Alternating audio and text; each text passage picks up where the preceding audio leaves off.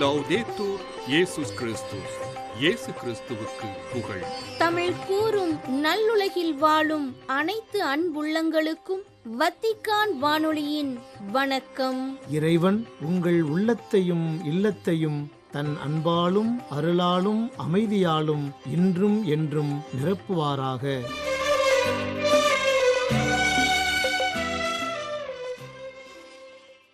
நேயர்களே, இன்றைய நம் ஒலிபரப்பு உங்களுக்கு வழங்கவிருப்பன தடம் தந்த தகைமை மற்றும் பல்சுவை. தடம் தந்த தகைமை. நீர் இறையாட்சியினின்று தொலைவில் இல்லை. இயேசு மறைநூல் அறிஞர் ஒருவரிடம் நீர் இறையாட்சியினின்று தொலைவில் இல்லை என்றார். சட்டத்தின்படி ஒழுகுதலே கடவுள் விடுக்கும் வாழ்வு. சட்டங்களை மீறினால் கடவுள் கோபம் கொள்வார், தண்டிப்பார். அத்தண்டனை தலைமுறைகளையும் தொடரும் என்றே ஆண்டாண்டுகளாக சொல்லப்பட்டது. எனவேதான் மறைநூல் அறிஞர் சட்டம் பற்றிய கேள்வியை மிக நுணுக்கமாக இயேசுவிடம் தொடுத்தார். இயேசு அறிவுறுத்திய இறையாட்சி சட்ட கோட்டைக்குள் அடைபட்டது அன்று. கடவுளும் சொர்க்கமும் நரகமும் நமக்குள்ளேதான். இறைவா, நீர் நேயங்களின் கடவுள். நேயங்களால் உம்மோடு நெருங்கி வாழ வரம் தாரும். பல்சுவை. இவ்வாறு புனிதர்கள். அன்பு நேயர்களே, இவ்வாரம் நாம் திரு அவையில் புனித யோசேப்பின் திருவிழாவை சிறப்பிக்கின்றோம். இவருடன் இவ்வாரத்தில் அரிமத்தியா யோசேப்பு, பேட்ரிக், சிரில், நிக்கோலாஸ் ஆகியோர்களின் திருவிழாக்களையும் சிறப்பிக்கின்றோம். இப்புனிதர்களின் வரலாறுகளை சுருக்கமாக பார்த்துவிட்டு புனித யோசேப்பு குறித்த மறையுரைக்கு செவிமடுப்போம்.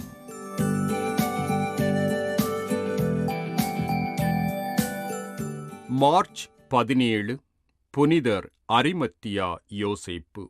அரிமத்தியா ஊரைச் சார்ந்த புனித யோசேப்பு என்பவர் நற்செய்திகளின்படி இயேசுவின் சாவுக்குப் பின்பு அவரை அடக்கம் செய்தவர் ஆவார். இவரை மதிப்புக்குரிய தலைமைச் சங்க உறுப்பினர் எனவும் இறையாட்சியின் வருகைக்காக காத்திருந்தவர் எனவும் இயேசுவின் இரகசிய சீடர் எனவும் விவிலியத்தில் வாசிக்கின்றோம். நிக்கதேமின் துணையோடு கொல்கொத்தாவில் இவர் இயேசுவின் உடலை சிலுவையிலிருந்து இறக்கி யூத அடக்க முறைப்படி நறுமண பொருட்களுடன் துணிகளால் சுற்றிக் கட்டினார். ஒரு புதிய கல்லறையில் இயேசுவின் உடலை அடக்கம் செய்தார் என விவிலியம் கூறுகின்றது.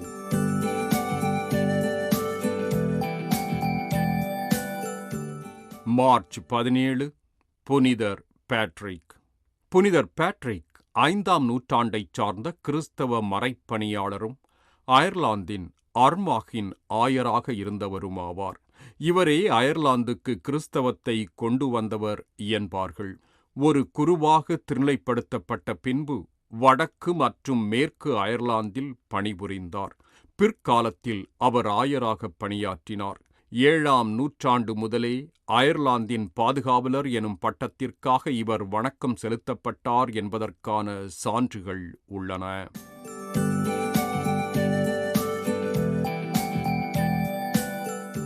மார்ச் 18. புனிதர் சிரில். கிபி 313க்கும் 315க்கும் இடைப்பட்ட காலத்தில் பிறந்த புனிதர் சிரில் ஆரம்பகால திருச்சபையின் புகழ்பெற்ற இறையியலாளராக விளங்கினார். இவர் பாலஸ்தீனிய கிறிஸ்தவ சமூகத்தினரால் மிகவும் உயர்வாக மதிக்கப்பட்டவர். சுமார் 350ஆம் ஆண்டின் பிற்பகுதியில் மேக்சிமஸுக்குப் பின்னர் எருசலேம் நகரின் ஆயராக பொறுப்பேற்றார். நாடு கடத்தல்களையும் திரும்ப அழைத்தல்களையும் என பலமுறை சந்தித்தார். கிபி 386ஆம் ஆண்டு இவர் இறைபதம் எய்தினார். 1883ஆம் ஆண்டு திருத்தந்தை 13ஆம் லியோ அவர்களால் திரு அவையின் மறை வல்லுனர் என அறிவிக்கப்பட்டார்.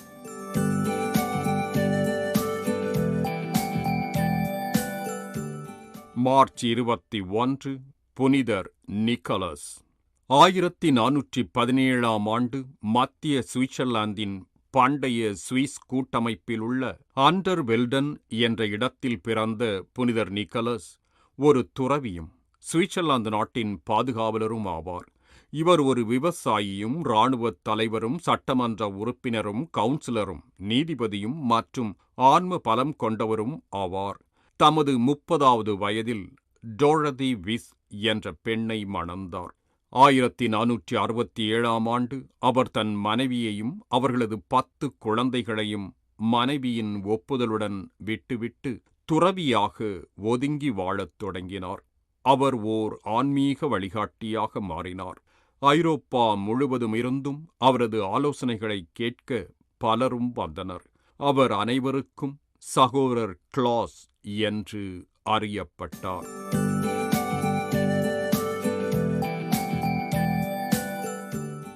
மார்ச் 19 புனிதர் யோசேப்பு.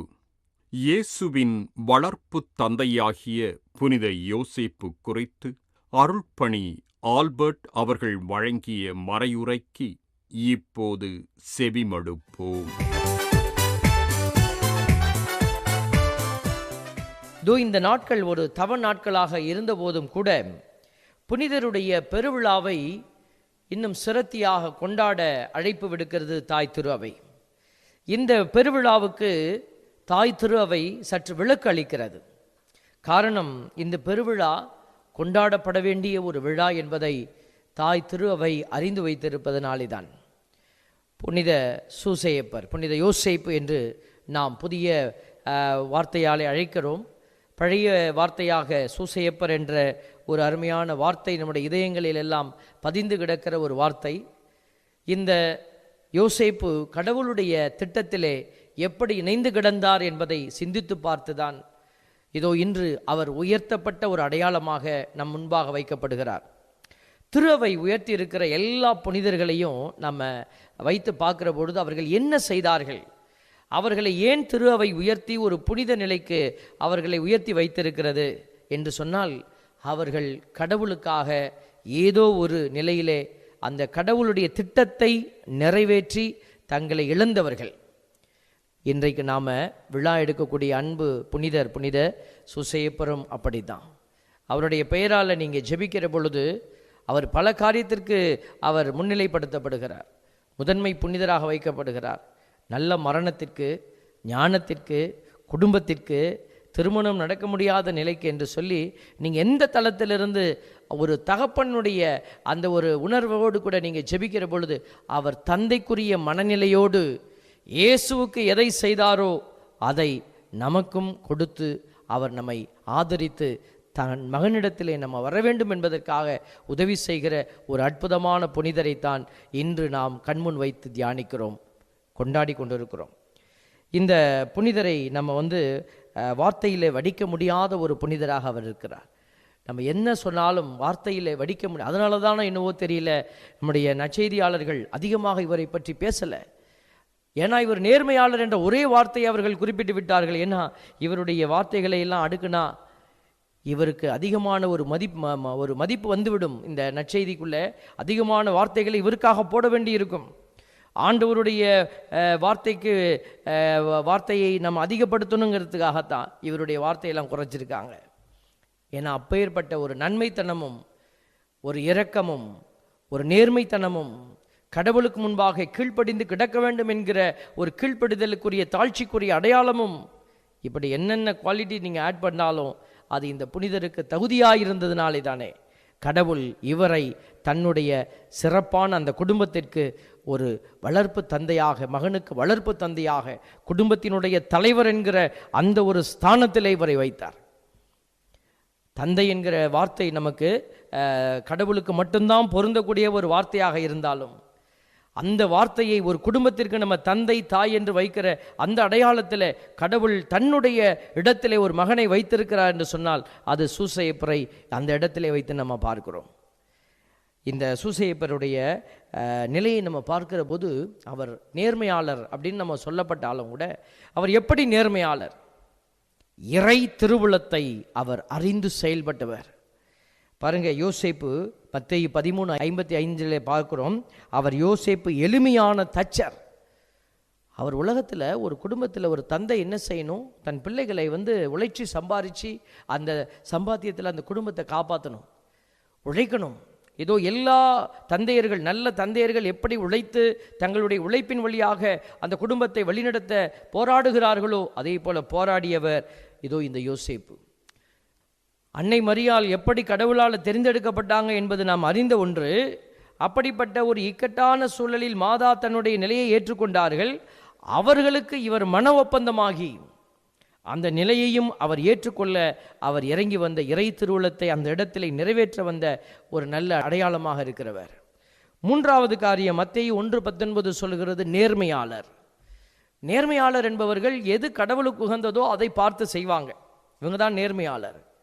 அப்போ அவர் ஒரு காரியத்தில் மட்டுமல்ல, தன்னுடைய எல்லா காரியத்திலும் தன்னுடைய சக மனிதர்களிடத்தில், உறவுகளிடத்தில் பேசும்போது கூட, செயல்படும் போது, அவர்களை பார்க்கும்போது, சில காரியங்களை கையாளும் போது அவரிடத்திலிருந்து வெளிப்பட்ட ஒரு உணர்வு தான் இந்த இடத்திலே நேர்மையாளர் என்கிற அந்த பாக்கியத்தை அவருக்கு கொடுத்திருக்கிறார்.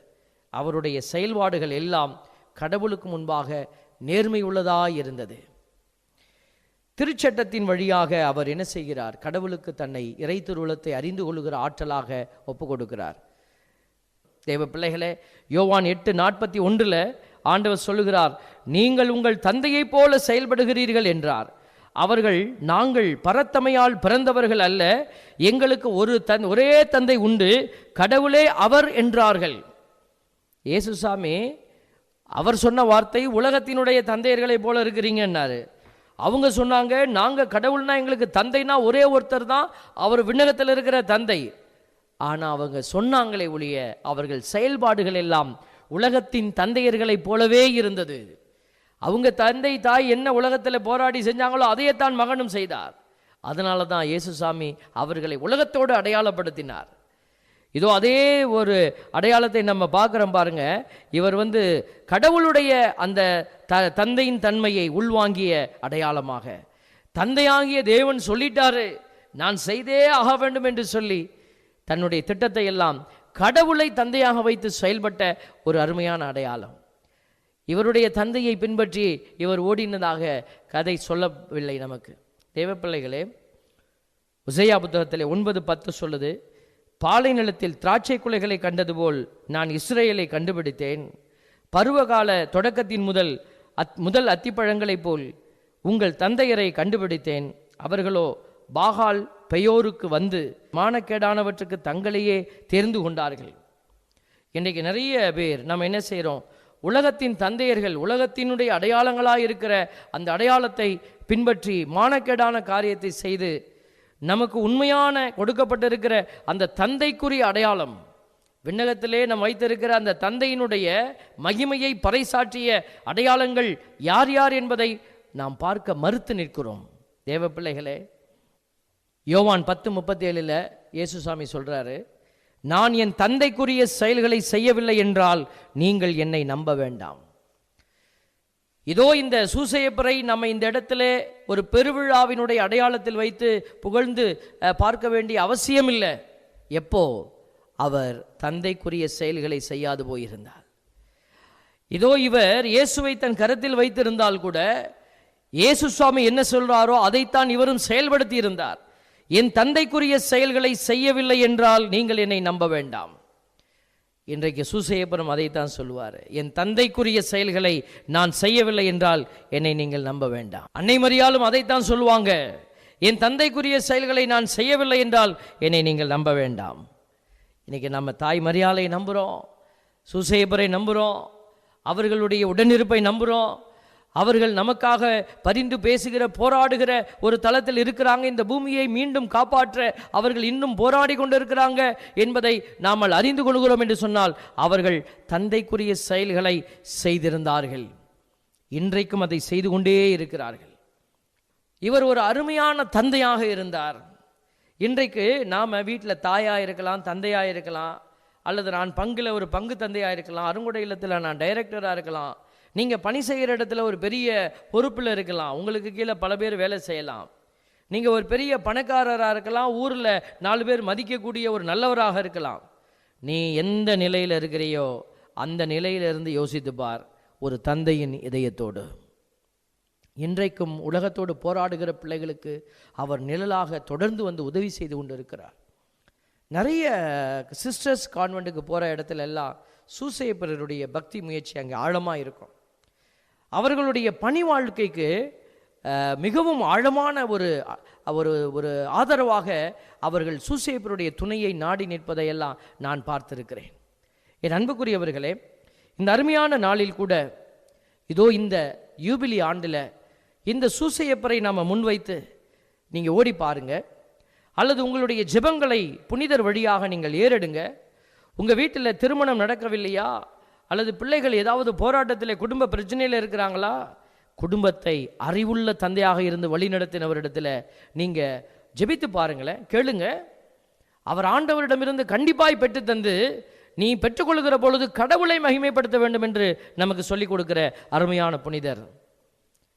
என் தேவ பிள்ளைகளை, இந்த அருமையான நாளில் புனித சூசையப்பருடைய ஆழமான ஒரு நம்பிக்கை நிறைந்த பயணம் இந்த உலகத்தில் துன்பத்தோட துயரத்தோட அவரை அழைத்து சென்றது.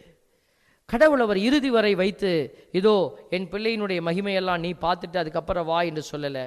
அவரை வெகு விரைவிலேயே இயேசு சுவாமி தன் பணிகளை வெளி உலகத்துக்கு செய்கிற அந்த நாட்களிலேயே அவரை அழைத்து கொண்டார். அவருடைய முடிவு எப்படி வந்தது நமக்கு தெரியாத ஒரு புதிராகவே இருக்கிறது.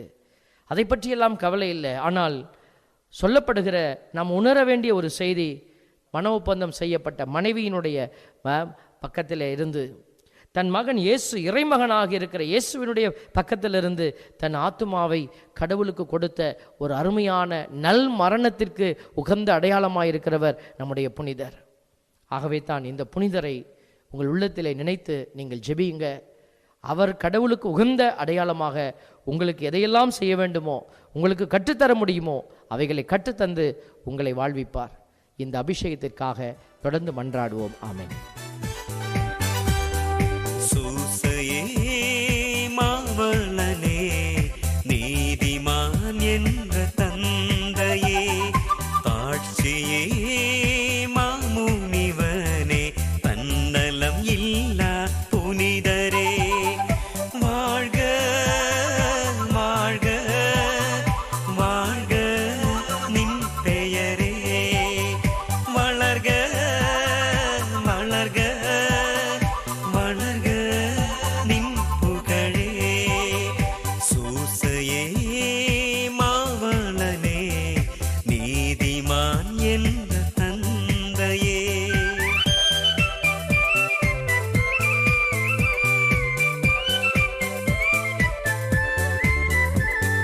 விண்ணுலகில் உள்ள செல்வம் மண்ணுலகில் தவழ்ந்தது உன் கையிலே,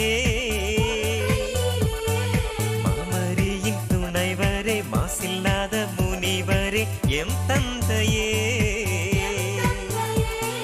விண்ணுலகில் உள்ள செல்வம் மண்ணுலகில் தவழ்ந்தது உன் கையிலே, மாமரியின் துணைவரே, மாசில்லாத முனிவரே, எம் தந்தையே.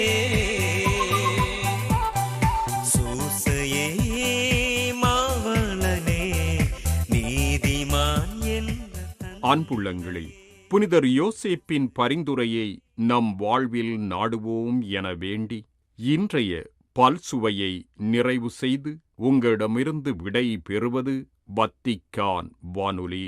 செவி மடுத்தலுக்கு நன்றி. வணக்கம்.